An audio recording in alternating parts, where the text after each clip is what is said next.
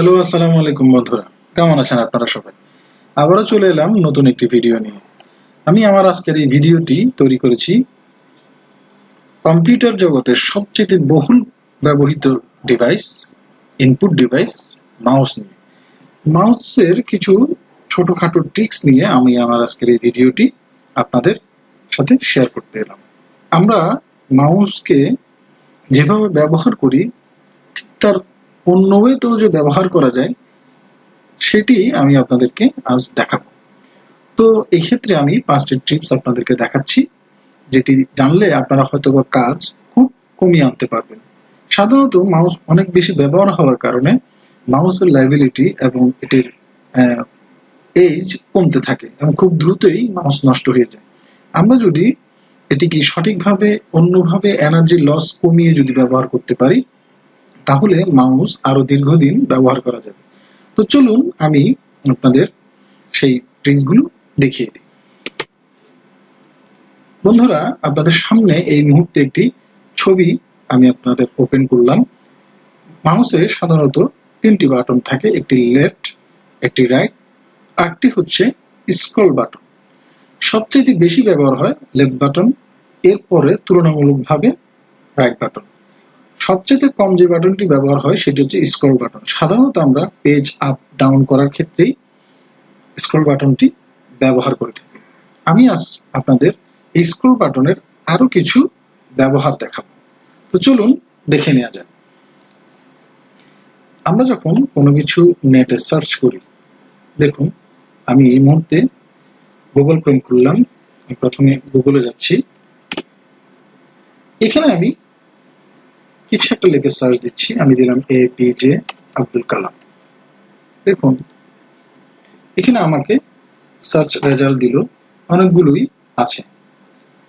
দেখুন প্রথম যেই সার্চ রেজাল্টের যেই অপশনটি আছে সেখানে যদি আমি যেতে চাই তাহলে আমি নিউ উইন্ডো বা নিউ ট্যাব খুলতে গেলে লেখাটার উপরে রাইট বাটন, তারপরে open link in tab, new tab, তাহলে এটি একটি নিউ ট্যাব খুলে যাবে। কিন্তু এটি অনেক লেন্দি প্রসেস। আমরা যদি এই লেখাটির উপরে স্ক্রল বাটন একবার ক্লিক করি তাহলে দেখুন অটোমেটিক্যালি একটি নিউ ট্যাব খুলে গেছে। আবার ধরুন আমি এভাবেই আপনার স্ক্রল বাটন বা যেভাবে হোক আমি এখানে অনেকগুলো উইন্ডো খুললাম, ট্যাব খুললাম। ট্যাব খুলতে অনেক বেশি হয়ে গেলে তখন দেখবেন এখানে যে ক্রস চিহ্নটি আছে সেটি আর দেখা যায় না। আমি আরো কিছু খুলি, দেখুন তাহলে এক পর্যায়ে এই ক্রস চিহ্নটি চলে যাবে। আমি এই যে এখন ক্রস কিভাবে করব, আপনি যেটি ক্রস করতে চাইবেন সেটিতে ক্লিক করার পরে এই ক্রস চিহ্নটি আপনাকে দেখাবে। কিন্তু আমি যদি যেটি ডিলিট করতে চাই বা ট্যাব যেটি আমি ক্লোজ করে ফেলতে চাই সেখানে যে যদি স্ক্রল বাটন প্রেস করি দেখুন তাহলে এটি অটোমেটিক্যালি বন্ধ হয়ে যাবে। তাহলে আমি স্ক্রল বাটনের দুইটি ব্যবহার শিখলাম, একটি হচ্ছে স্ক্রল বাটনের মাধ্যমে নিউ ট্যাব খোলা এবং নিউ ট্যাব বা পুরনো ট্যাব ক্লোজ করা। তাহলে আমরা অলরেডি মাউসের দুইটি টিপস শিখে ফেললাম। এখন দেখুন তৃতীয় টিপস। ধরুন আমি এই যে এখানে যে লেখাটি আছে আবুল পাখির জাইনুল আবেদিন আব্দুল কালাম, এই লেখাটিতে আবুল একটি ওয়ার্ড, পাখির একটি ওয়ার্ড। তো আমি আবুলটি যদি সিলেক্ট করতে চাই তাহলে লেফট বাটনকে প্রেস করে সাধারণত আমরা ড্র্যাগ করে পুরো শব্দটি সিলেক্ট করি। এতে আমাদের এনার্জিও লস হচ্ছে, মাউসের অ্যাক্টিভিটিও কমে যাচ্ছে। আমি যদি ডবল ক্লিক করি লেফট বাটন, দেখুন ওয়ার্ডটি সিলেক্ট হয়ে গেল। ঠিক একইভাবে পরেরটিও আমি এভাবে করতে পারবো। আচ্ছা, এখন এটি শুধু এখানে না, এটি সব জায়গাতেই আপনি চাইলে এটি করতে পারবেন, যেমন অ্যারো স্পেস, সাইন্টিস্ট, হু, এটি ওয়ার্ড বা এক্সেলও এই ধরনের করতে পারবেন। এটি গেল তৃতীয় নাম্বার টিপস। মাউসের আরেকটি ব্যবহার বলি, ধরুন আপনি এই প্যারাটি সম্পূর্ণ সিলেক্ট করতে চাচ্ছেন, তাহলে সেক্ষেত্রে কি আপনি কি একটি একটি করে ডবল ক্লিক করবেন? না, একটি একটি করে যদি ডবল ক্লিক করেন তাহলে সেটি সিলেক্ট হবে না।